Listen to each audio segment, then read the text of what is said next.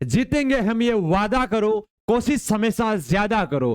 कि जीतेंगे हम ये वादा करो, कोशिश हमेशा ज्यादा करो।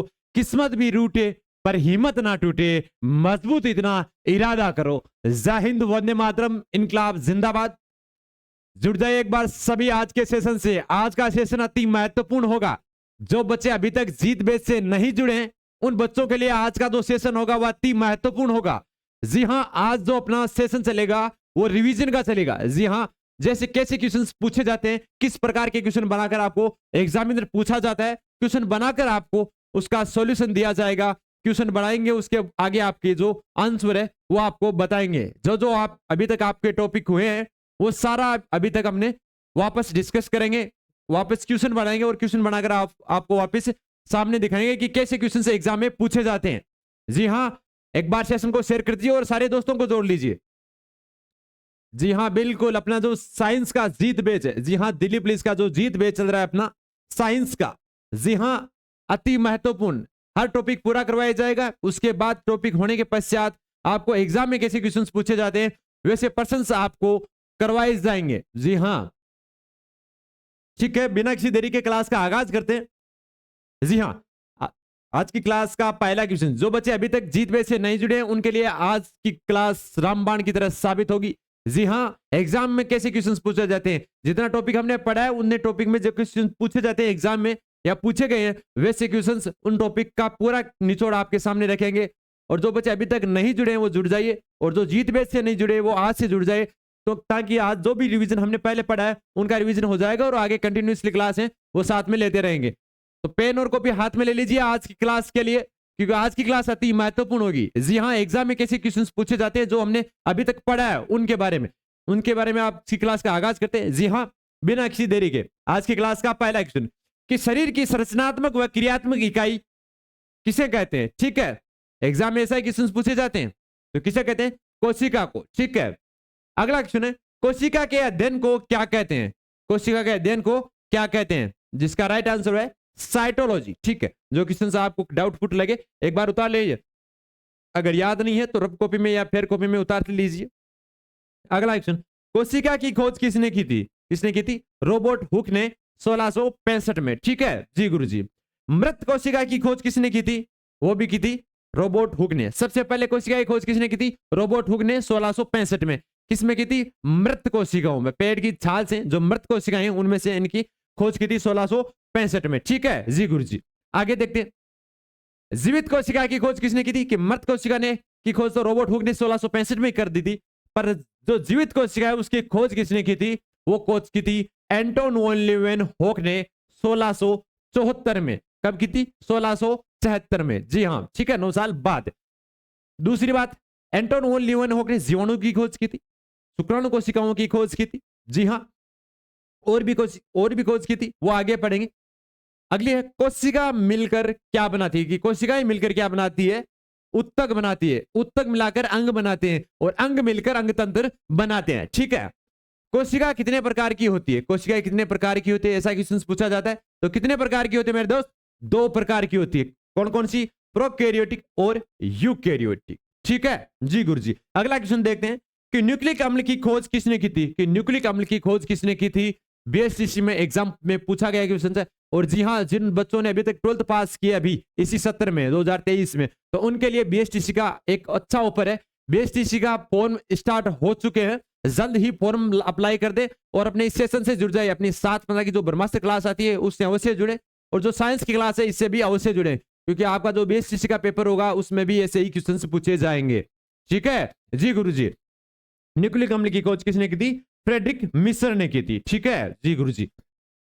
अगला क्वेश्चन कि आरएनए का पूरा नाम क्या है, कि आरएनए का पूरा नाम बताइए। ठीक है, साथ साथ में लिखते जाइए, अगर वो जो क्वेश्चन आपको डाउटफुल लगे या जो क्वेश्चन आपको नहीं आता है उतार लीजिए एक बार उनको। जी हां, अगर पहले स्क्रीनशॉट लेना चाहते हो तो पहले स्क्रीनशॉट भी ले सकते हो, अगर स्क्रीनशॉट नहीं लेना चाहते हो तो कोई दिक्कत नहीं है, रफ कॉपी में उतार लीजिए साथ में। जी हां, डीएनए का पूरा नाम डीऑक्सी राइबो न्यूक्लिक अम्ल। ठीक है, डीऑक्सी राइबो न्यूक्लिक अम्ल है जी गुरुजी। ठीक है जी हां।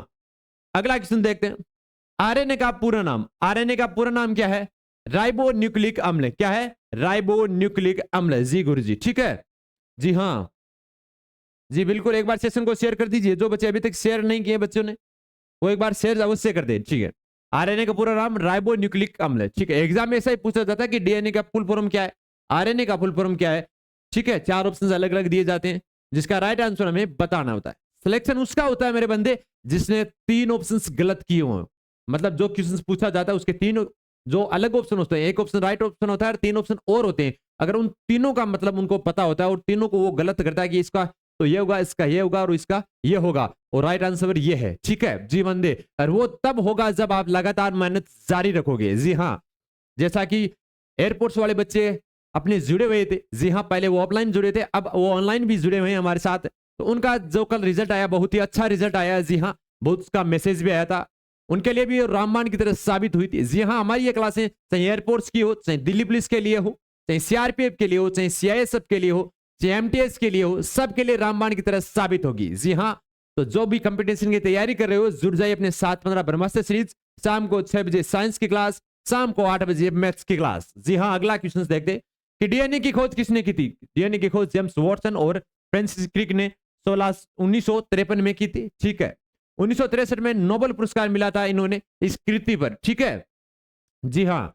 अगली बात, गुणसूत्र की खोज कार्ल विल्हेम एंड वॉन नेगली ने 1842 में की थी, ठीक है जी गुरुजी। और 1888 में वाल्डेर ने गुणसूत्र का नाम दिया था, ठीक है जी गुरुजी। अगला है, डीएनए की द्विकुंडली संरचना किसने दी थी। यह भी एग्जाम में पूछा गया है, अग्निवीर में भी, ठीक है। तो डीएनए की द्विकुंडली संरचना किसने दी थी, वाटसन व क्रिक ने 1953 में, ठीक है। हर क्वेश्चन अति महत्वपूर्ण है, और जो बच्चे अभी तक क्लास से पहले नहीं ली थी अपनी साइंस की, वो क्लास अगर आज वाली ले लेंगे तो पीछे वाली 6 क्लास उनकी रिकवरी हो जाएगी। और जिन बच्चों ने पहले क्लासें ली है उनके लिए एक वापस चेकिंग का माध्यम रहेगा कि कौन कौन से क्वेश्चंस अब उनको आ रहे हैं, ठीक है जी गुरुजी, उनका रिवीजन हो जाएगा, ठीक है। अगला, डीएनए के एक खंड की लंबाई कितनी होती है। साहब जी एक बार कमेंट सेक्शन में देखते हैं इसका राइट आंसर कौन देता है, क्योंकि ये क्वेश्चन हमने 3 बार कराया है। डीएनए के एक खंड की लंबाई, जी हां बिल्कुल, डीएनए द्विकुंडली होता है, उसकी एक खंड की लंबाई कितनी होती है, 34 एंगस्ट्रॉम, ठीक है। कितनी होती है, 34 एंगस्ट्रॉम। और डीएनए के एक खंड की चौड़ाई कितनी होती है, ये भी साथ दीजिए, दोनों क्वेश्चन साथ में पूछे थे हमने। जी हां, जो बच्चे रेगुलर क्लास ले रहे हैं वो इनका उससे आंसर देंगे। जी हां, डीएनए खंड के जो एक खंड की चौड़ाई होती है वो होती है गुरुजी 20 एंगस्ट्रॉम। जी गुरुजी, ठीक है बिल्कुल। अगला देखते हैं नाइट्रोजन क्षारक के प्रकार की। नाइट्रोजन क्षारक कितने प्रकार के होते हैं, ठीक है जी गुरुजी। कितने प्रकार के होते हैं, जी गुरुजी 2 प्रकार के होते हैं, ठीक है। छाप लीजिए एक बार राइट आंसर। जी हां, कितने प्रकार के होते हैं, 2 प्रकार के होते हैं, ठीक है। उसके आगे देखते हैं कि नाइट्रोजन क्षारक 2 प्रकार के हो गए। उसके आगे जो देखते हैं अपन जो नाइट्रोजन क्षारकों में कि इनके जो 2 प्रकार कौन कौन से हो गए, एक तो प्यूरिन हो गया और एक पिरामिडिन हो गया, ठीक है जी गुरुजी। तो प्यूरिन और पिरामिडिन, ठीक। अब प्यूरिन में होता है जिसकी उप इकाइयां कौन कौन सी होती है, उन उप इकाइयों का नाम हमें बताना है, ठीक है जी गुरुजी। तो प्यूरिन की उप इकाइयां कौन कौन सी है, प्यूरिन की जो उप इकाइयां 2 ही होती है, वो कौन कौन सी होती है, एक तो ए से संकेत करते हैं, एक जी से संकेत करते हैं, ठीक है। ए वाली कौन सी होती है, एडेनिन, ए वाली होती है एडेनिन, ठीक है। और जी वाली होती है ग्वानिन, ठीक है जी गुरुजी, एडेनिन ग्वानिन, ठीक। पिरामिडिन की उप इकाइयां कितनी होती है, जी गुरुजी वो 3 होती है, ठीक है। कितनी होती है, 3 होती है, ठीक। कौन कौन सी होती है, जी गुरुजी, प्यूरिन की 2 हो गई एडेनिन ग्वानिन, और इसकी पिरामिडिन की हो गई एक तो थायमिन, एक तो हो गई थायमिन, ठीक है जी गुरुजी थायमिन, एक हो गई साइटोसिन, एक हो गई साइटोसिन, और तीसरी हो गई यूरेसिल। क्या हो गई, यूरेसिल, ठीक है।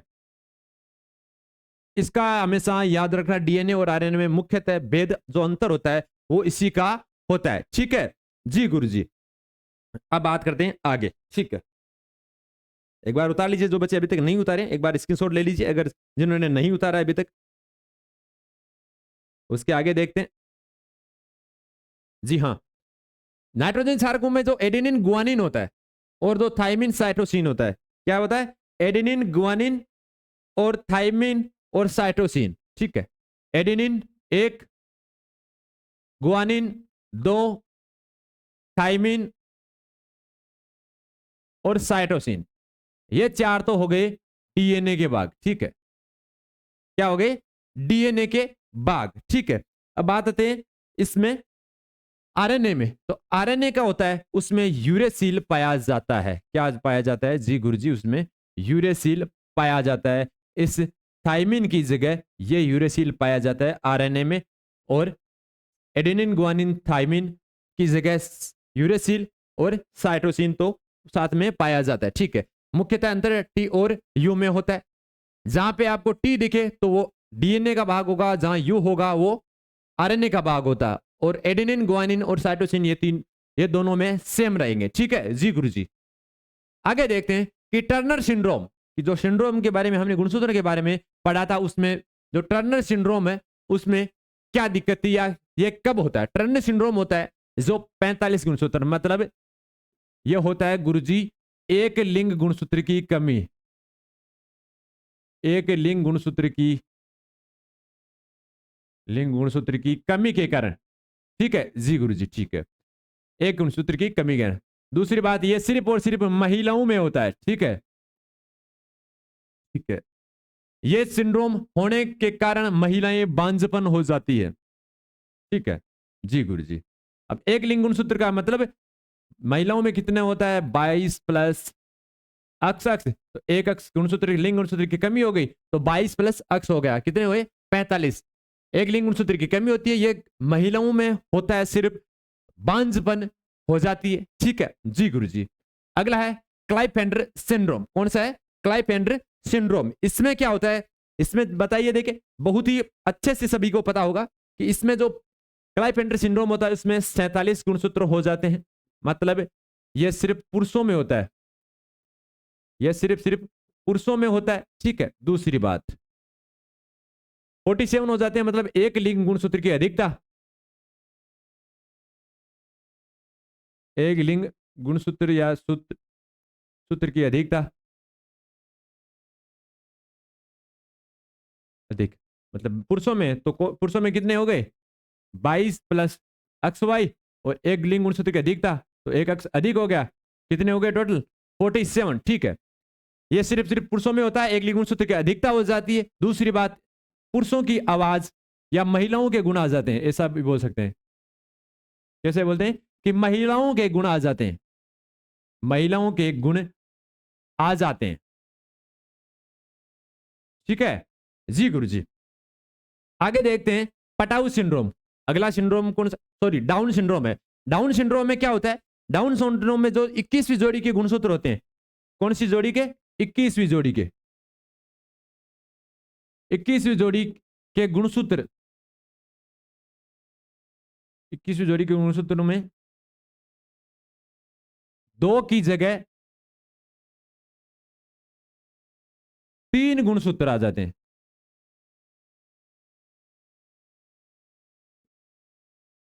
दो की जगह 3 गुणसूत्र आ जाते हैं, ठीक है जी गुरुजी। अब बात आती है पटाऊ सिंड्रोम की। तो पटाऊ सिंड्रोम में क्या होता है? इसमें जो 13वीं जोड़ी के गुणसूत्र हैं, कौन सी? 13वीं जोड़ी, 13वीं जोड़ी के गुणसूत्रों में दो की जगह 3 गुणसूत्र आ जाते हैं, ठीक है जी गुरुजी। इनकी संख्या वाला क्रम याद करना। अगला है एडवर्ड सिंड्रोम। एडवर्ड सिंड्रोम में क्या होता है? इसमें 18वीं जोड़ी के गुणसूत्रों में, कौन सी होती है? 18वीं जोड़ी के गुणसूत्रों में दो की जगह 3 गुणसूत्र आ जाते हैं, ठीक है जी गुरुजी। अगर अभी तक स्क्रीनशॉट नहीं लिया तो एक बार स्क्रीनशॉट जरूर ले ले। जी हां, बिल्कुल। आगे देखते हैं, आगे कोशिका भित्ति, आगे वाला जो पार्ट है कोशिका भित्ति वाला है। अगर इसमें से अपन और कंपेयर में देखते हैं तो जाहिर सी बात है, इसमें से 47 वाला ये इंपॉर्टेंट बात, क्लाइपेंडर और टर्नर सिंड्रोम सबसे ज्यादा पूछा गया है, और इसमें पटाऊ सिंड्रोम के पूछा गया है कि कौन सी जोड़ी के गुणसूत्रों में कमी या अधिकता होती है। तो इनमें ये जोड़ी वाला क्वेश्चन आपको पूछा जाएगा, ठीक है। पटाऊ सिंड्रोम में ऐसा पूछा जा सकता है कि 13वीं जोड़ी के गुणसूत्रों में दो की जगह 3 गुणसूत्र आ जाते हैं, तो कौन सा सिंड्रोम होता है? तो कौन सा होता है? Patau syndrome. एडवर्ड सिंड्रोम में क्या होता है? इसमें अगर पूछ लिया जाए कि एडवर्ड सिंड्रोम कैसे होता है, कौन सी गुणसूत्रों की जोड़ी में अधिकता होती है, तो किसमें होती है? 18वीं में। अब कमी या अधिकता ऐसा भी पूछा जा सकता है कि कमी होती है या अधिकता होती है, ठीक है जी गुरु जी। फिर आगे देखते हैं अपन इसमें अगर इस गुणसूत्रों के बारे में देखा जाए तो इसमें एक थोड़ी सी चर्चा कर लेते कि गुणसूत्र के बारे में, गुणसूत्रों के बारे में हम थोड़ी सी चर्चा कर लेते हैं। ठीक है, पुरुषों में कितने होते हैं गुणसूत्र? 23 जोड़ी। ठीक है, अभी पढ़ा ही था हमने। टोटल कितने हो गए? 46। ठीक है, जो बच्चे अभी आज ही जुड़े हैं उनके लिए थोड़ा सा बता देते हैं। महिलाओं में होता है 22 प्लस अक्ष, पुरुषों में होता है 22 प्लस अक्ष वाई। ठीक है, लिंग निर्धारक, लिंग निर्धारक कौन होता है? पुरुष होता है, क्योंकि इसमें अक्ष है वाई होते हैं। गुणसूत्र कैसी होती है? धागेनुमा संरचना। कैसी होती है? धागेनुमा संरचना होती है। ठीक है, धागेनुमा संरचना होती है। ठीक है जी गुरु जी। दूसरी बात, गुणसूत्र का जो नाम दिया था वो दिया था वाल्डेन ने।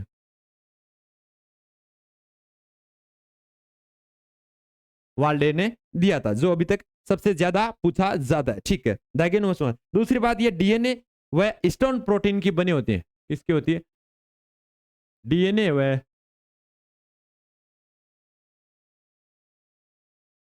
व स्टोन प्रोटीन के बने होते हैं। ठीक है जी गुरु जी। अब देखते हैं आगे। ठीक है, आगे वाला है जो सेल वॉल, मतलब कोशिका भित्ति। कोशिका भित्ति के बारे में हमें पूछा है, सेल वॉल। ठीक है, सेल वॉल क्या होता है? जो सबसे गाढ़ा कठोर आवरण होता है, कोशिकाओं के सबसे बाहर में स्थित होता है। कोशिकाओं के सबसे बाहर स्थित होता है। ठीक है जी गुरु जी। ये सेलुलोज की बनी होती है। ठीक है, ये बाह्य आवरण होता है, ये सेलुलोज की बनी होती है। जाहिर सी बात है, ऐसा ही रख लेना कि हर में अलग अलग होती है। वैसे लगभग सबसे ज्यादा सेलुलोज की बनी होती है। यह कठोर आवरण होता है, या इसे कठोर आवरण के साथ साथ ये इसे निष्क्रिय भी कहते हैं। निर्जीव व निष्क्रिय। कठोर होती है निर्जीव, निर्जीव व निष्क्रिय।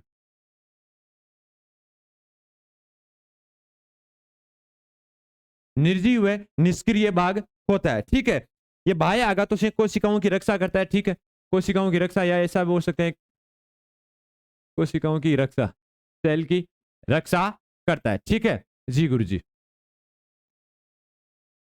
आगे देखते हैं कोशिका झिल्ली। कोशिका झिल्ली क्या होती है? यह कोशिका की बाहरी झिल्ली के रूप में जो संरचना है, जो कोशिका को संरचना प्रदान करती है। कोशिका को संरचना प्रदान करती है। क्या करती है? कोशिका को संरचना प्रदान करती है। ठीक है, साथ ही यह लिपिड व प्रोटीन की बनी होती है। यह भी किसकी बनी होती है? लिपिड व प्रोटीन की बनी होती है। ठीक है,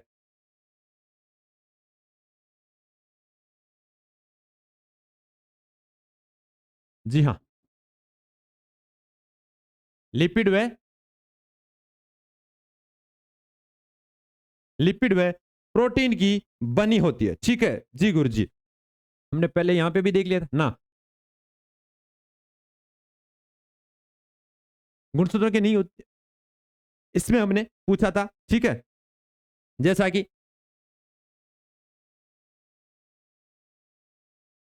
डीएनए में स्टोन प्रोटीन की बनी होती है, वो तो गुणसूत्रों वाली ये थी, डीएनए प्लस स्टोन प्रोटीन, सही था वो। ठीक है, डीएनए व स्टोन प्रोटीन, जी गुरु जी। ठीक है, और अपना ये चल रहा था कोशिका झिल्ली वाला। ठीक है, जी हाँ, कोशिका झिल्ली वाला। तो ये किसकी बनी होती है? लिपिड व प्रोटीन की बनी होती है। ठीक है जी गुरु जी। ठीक है, ये कोशिका व कोशिका के बाह्य माध्यम जो आणविक गतिविधियां होती है, कोशिका के बाहर या सेल के बाहर, कोशिका के बाहर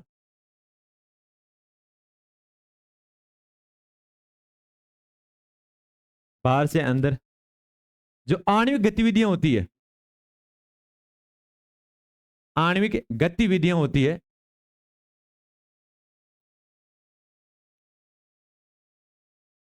उनको नियंत्रित करती है, उनको नियंत्रित करती है। ठीक है जी गुरु जी। स्क्रीनशॉट ले लीजिए, अगर अभी तक स्क्रीनशॉट नहीं लिया है तो एक बार स्क्रीनशॉट जरूर ले ले। जी हाँ, साहब लीजिए एक बार राइट आंसर।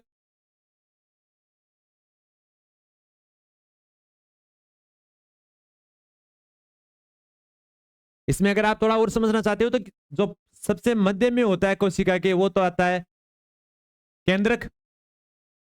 ठीक है जी गुरुजी।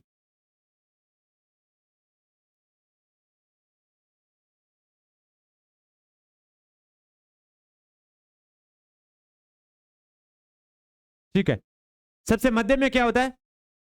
केंद्रक होता है, और उसके बाद कोशिका झिल्ली होती है। ठीक है जी गुरुजी। सबसे बाहरी होता है वो होता है सेल वॉल या कोशिका भित्ति, जो निर्जीव व निष्क्रिय भाग होता है। ठीक है जी गुरुजी। मध्य में क्या हो गया? केंद्रक। तो यहां से केंद्रक कला से कोशिका झिल्ली तक जो संरचना होती है वह होती है अंतः पृथ्वी जाली का, जाली नुमा संरचना। ठीक है जी गुरुजी। आगे देखते हैं, आगे वाला ये सिस्टम। जी गुरुजी। माइटोकॉन्ड्रिया की खोज किसने की थी? कि माइटोकॉन्ड्रिया की जो खोज है वह खोज किसने की थी? साहब जी एक बार राइट आंसर कमेंट सेशन में, बहुत ही महत्वपूर्ण। जी गुरुजी, माइटोकॉन्ड्रिया की खोज किसने की थी? जी हाँ,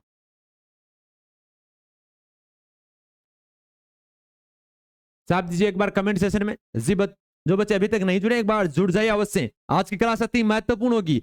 जी हाँ, साइंस का जो निचोड़ है, साइंस का निचोड़ अपन निकालेंगे। जो जो अभी हमने पढ़ा है जितना टॉपिक, उनका सारा निचोड़ निकाल लेंगे। जी हाँ, जैसे ही अपना टॉपिक 2-3 कंप्लीट होता है उसके बाद हम वापस ऐसा ही क्वेश्चन आपके बीच में रखेंगे, आप अपना जो एनालिसिस है वो कर लेंगे। जी हाँ, जो बच्चे पहले से जुड़ रहे हैं उनका रिविजन हो जाएगा, और जो बच्चे उनके डाउटफुल है जैसे कि उनको कुछ अगर कुछ है डाउट पहले कोई टॉपिक्स में, वो तो यहाँ पे कवर हो जाएगा। ठीक है, ठीक।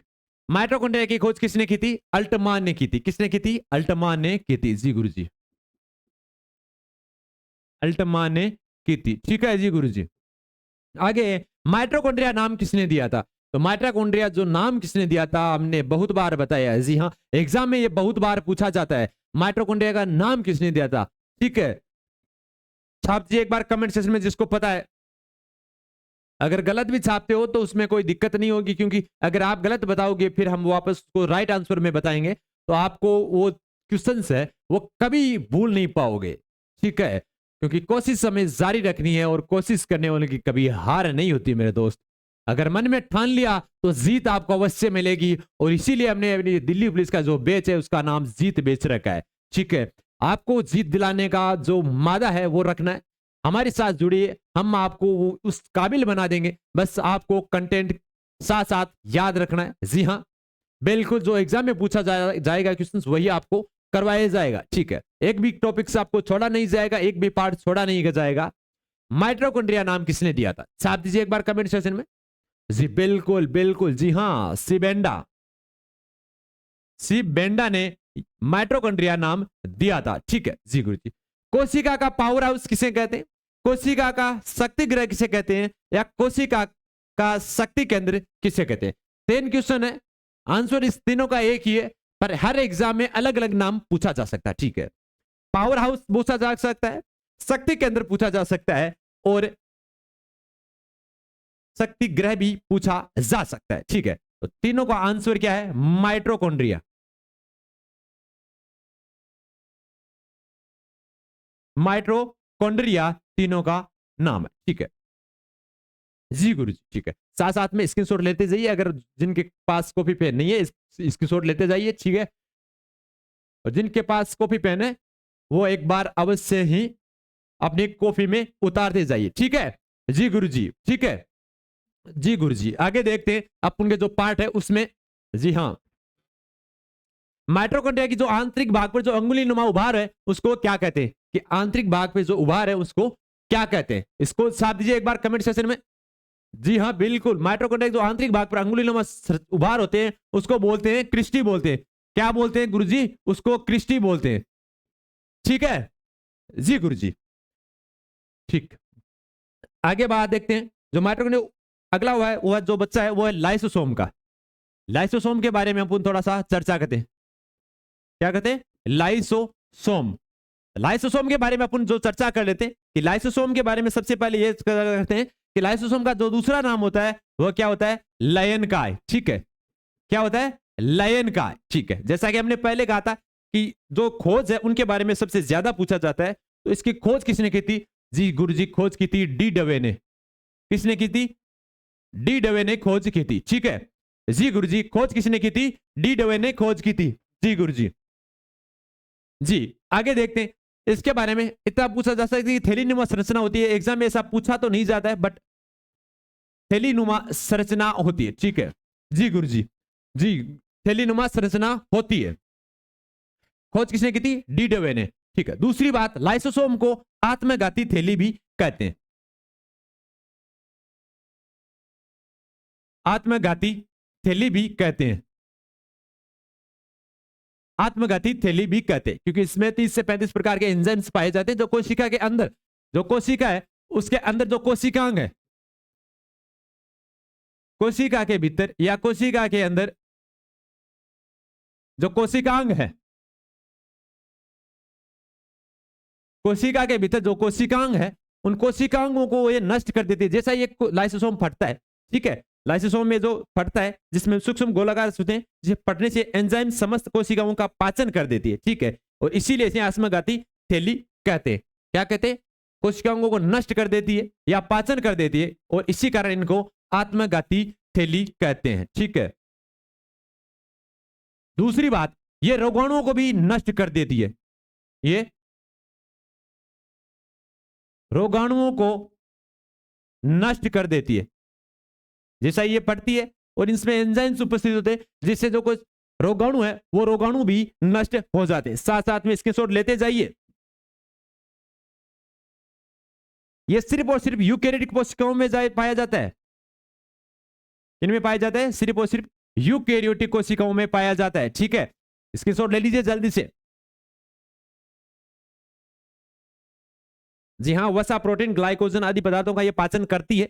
तो एग्जाम में पूछा नहीं जाता है, पर याद रखना पाचन का कार्य में महत्वपूर्ण भूमिका निभाती है। ठीक है, ठीक है, आगे देखते, स्क्रीनशॉट ले लिया। अब लाइसोसोम के प्रकार,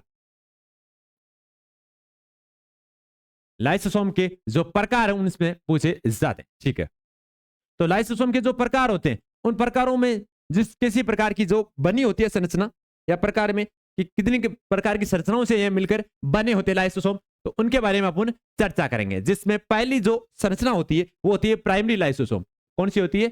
प्राइमरी लाइसोसोम। ठीक है,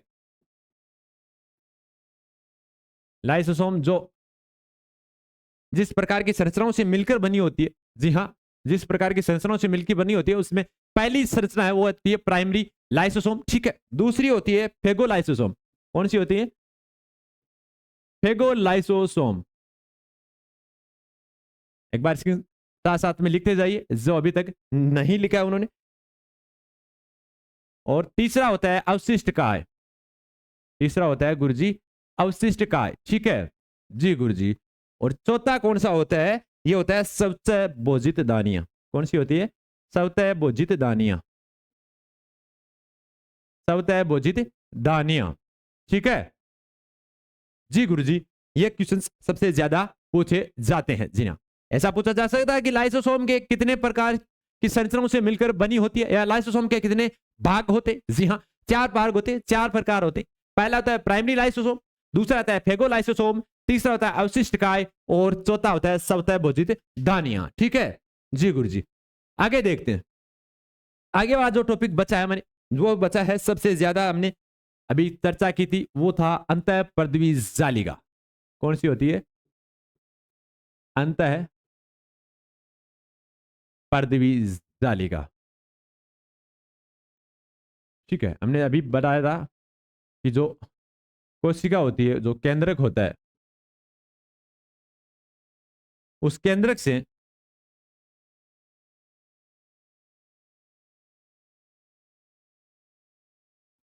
कोशिका झिल्ली,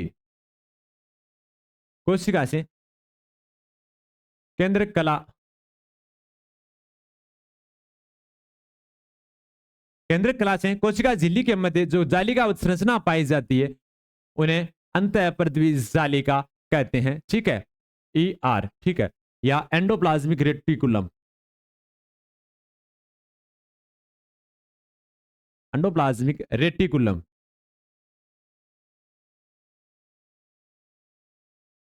एंडोप्लाज्मिक रेटिकुलम, ठीक है। एंडोप्लाज्मिक का मतलब होता है जीवद्रव्य, जीवद्रव्य, ठीक है, और रेटिकुलम का मतलब होता है जालिका, ठीक है, जालिका उत्संरचना, ठीक है। जी गुरुजी। अब आगे इसके बारे में चर्चा करते हैं कि इसके बारे में एक और क्वेश्चन कैसा पूछा जा सकता है, वो पूछा जाता है इसकी खोज के बारे में। तो खोज के बारे में सबसे ज्यादा पूछा जाना वो क्वेश्चन है, ठीक है, ठीक है। सबसे इसकी जो खोज की थी वो कीथ पोर्टर ने की थी, ठीक है, जो मुख्यतः सबसे ज्यादा भी पूछा जाता क्वेश्चन है, ठीक है। जी गुरु जी। झिल्लियों का तंत्र भी कहते हैं इसे। दूसरी बात, अगर इसे ऐसा भी पूछा जा सकता है, झिल्लियों का तंत्र, झिल्लियों का तंत्र किसे कहते हैं, वो भी गुरुजी अंतः पृथ्वी जालिका को कहते हैं, ठीक है। जी गुरुजी, साथ में स्क्रीनशॉट लेते जाइए। जी हाँ। दूसरी बात, ये सभी यूकेरियोटिक कोशिकाओं में भी पाए जाते हैं, सभी यूकेरियोटिक कोशिकाओं में पाए जाते हैं, सभी यूकेरियोटिक सेल में पाया जाता है, ठीक है। जी गुरुजी, आगे चर्चा करते हैं इसमें। जी गुरुजी, ये कितनी प्रकार की होती है? जी गुरुजी, 3 प्रकार की। कितने प्रकार की होती है गुरुजी? 3 प्रकार की होती है। 3 प्रकार की हो गई, 3 प्रकार की कौन हो गई? अंतः पृथ्वी जालिका, ठीक है। जी गुरुजी, 3 प्रकार की हो गई। कौन कौन सी हो गई है? 3 प्रकार की संरचना होगी, 3 प्रकार की संरचनाएं, ठीक है। होती वैसे प्रकार के कितने होते हैं? 2 प्रकार होते हैं, 2, ठीक है। संरचनाओं के प्रकार होते हैं 3, 3 प्रकार की संरचनाओं से मिलकर बनी होती है, जिसमें पहली होती है कुंडली के, कौन सी होती है? कुंडली, या इसे कुंडलिकाएं, ठीक है, ऐसे कुंडलिकाएं। दूसरी होती है, दूसरा पार्ट होता है वो होता है पुट्टिकाएं, दूसरा होता है पुट्टिकाएं, और जो तीसरा होता है वो होता है नलिकाएं, तीसरा होता है नलिकाएं, ठीक है। जी गुरुजी, अब बात करते हैं प्रकार की। तो प्रकार कितने प्रकार की होती हैं? ये गुरुजी 2 प्रकार की होती है। एक तो होती है चिकनी, चिकनी अंतः पृथ्वी जालिका,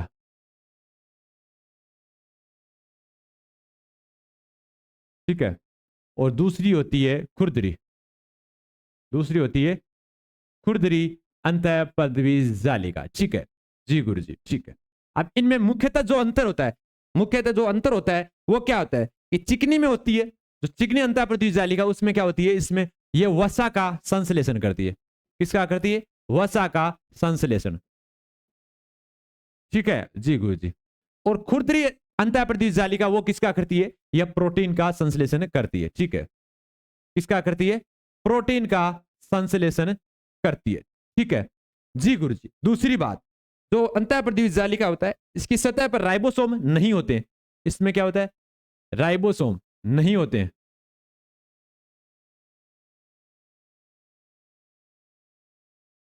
राइबोसोम नहीं होते, जबकि खुरदरी की सतह पर राइबोसोम उपस्थित होते हैं,